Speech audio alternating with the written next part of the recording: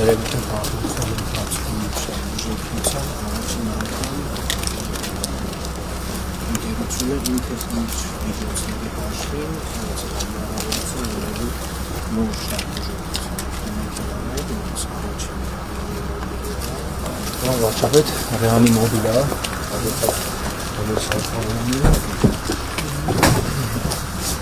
Դեֆիբրիլյատորն է, վարչապետ, կարդիոմոնիտորն է,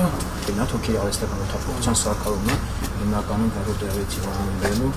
ծանրագետակից վիճակներում, տեսակը ինձ հիմնականում սննդատավարում ինքը, որ թոքի արհեստական օդափոխության սարքարումի ողջ պատկարակն է, վանոցի գլխի ֆիքսատորով, եկեղեցւոհորական պատկարակն է, վակուումային մոբիլիզացիոն մեքենական բազմաթիվ օգտագործելով հիվանդներին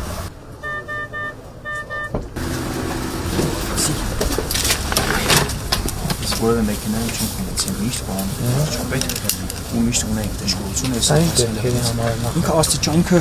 այն հիվանդները որոնք որ պետք է նստացնենք ու ինքը շատ հետաքրքիր ֆունկցիա ունի այլ բան վարչապետ ինքը հեսա այսինքն մինչև 150-200 կիլոգրամ կարողանում է տանի որևէ ուժ չեմ կիրառում ինքը ավտոմատ ու բոլոր մեքենաները այս սարքավորումով հատուցած են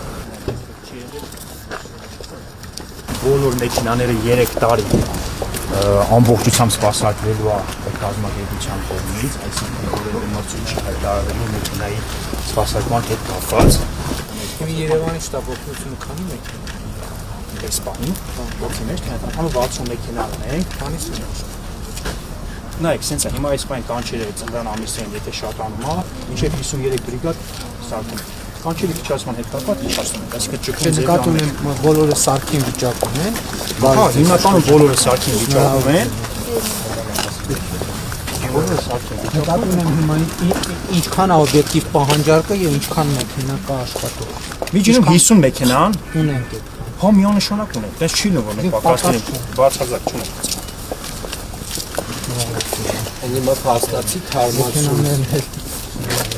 Բոլոր մեքենաները ձեռքաբերվեն լիզինգով, կառավարությունը ծրագիր ունի 10%-ը մարելու ավտոբուսի,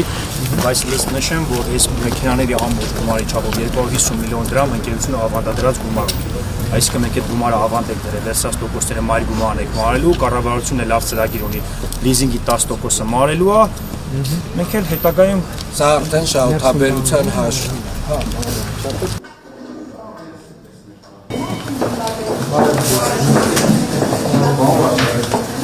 Այս զորեղ օպերատիվ կառավարման կենտրոնն է, ամբողջ հանրապետությունից զանգեր ստանում ենք, որվա կրտվածքով ստանում ենք մոտ այս պահին, այս տարի մոտ 1800 կանչ, հիմնականում այսօրին 2000-2200 կանչ ենք ստանում, զանգ, այս տարի փոքր ինչ նվազել է, ոնց որ նշեցի, կանչերի 25%-ը հանրապետության տարբեր մարզերից այլնում զանգին, մնացածը Երևանում։ Հիմա երկու կապ ունեն, խափանման դեպքում ավտոմատ միանում է մյուսը, կոչվում է ԵՄ կապող, ինքը թվային կապ է։ Բաստովակ զանգեր ընդհանրապես չենք ունենում։ Հիմա մենք ինչ որոշեցինք զանգերը կենտրոնացնել։ Այո, օպերատիվ կառավարման կենտրոնը կընտրում մենք մեքենաների պրոցեսը սկսել ենք։ Հիմա մեր հիմնական պրակտիկ խնդիրը, որ մենք ուզում ենք լուծել, այդ շտապօգնության սահմանագծումը վերացնել։ Այսինքն մի ընդհանուր համակարգը ավելի համեն դեպս կանխավարկածներն ավելի հասանելի կլինի մարդկանց եւ որակյալ կլինի ծառայությունը, մի ժամանակ մոնիտորինգ կանենք տեսնենք 103-ը հաստատի ամբողջ հանրապետությունով հասանելի է։ Այսինքն 103 զանգերի գալիս է այստեղ զանգը, այստեղից գնում է արդեն դա։ Հիմա այս ամբողջ կենտրոնը տեղափոխվում առողջապահ։ Եվ կլինի, հա, բոլորը կզանգեն 103։ Մենք պետք է ավելի լավ, այդ նախարարությունը պետք է ավելի լավ տեխնիկա։ Մենք այդպես էլ, այո։ Ամեն ինչով պետք է բանը։ Պարոն վարչապետ, մի հատ է ուրիշ գործիք ենք հիմա ներդնում, որ քաղաքացին զանգելով 103, եթե ինքը չի կարող կողմնորոշվի թե ինքը որտեղ է գտնվում, մենք իրան կարճ հաղորդագրություն ենք ուղարկում, ինքը ընդհանրապես սխմելով այդ կարճ հաղորդագրության վրա մենք իրան ավտոմատ արդեն տեսնում ենք թե ինքը որտեղ է։ Սարերում կլինի, ձորերում կլինի, մենք իրան գտնենք արդեն քարտեզի վրա կոնկրետ տեղը իրա կտեսնենք։ Շատ լավ, դե չխնդար ենք։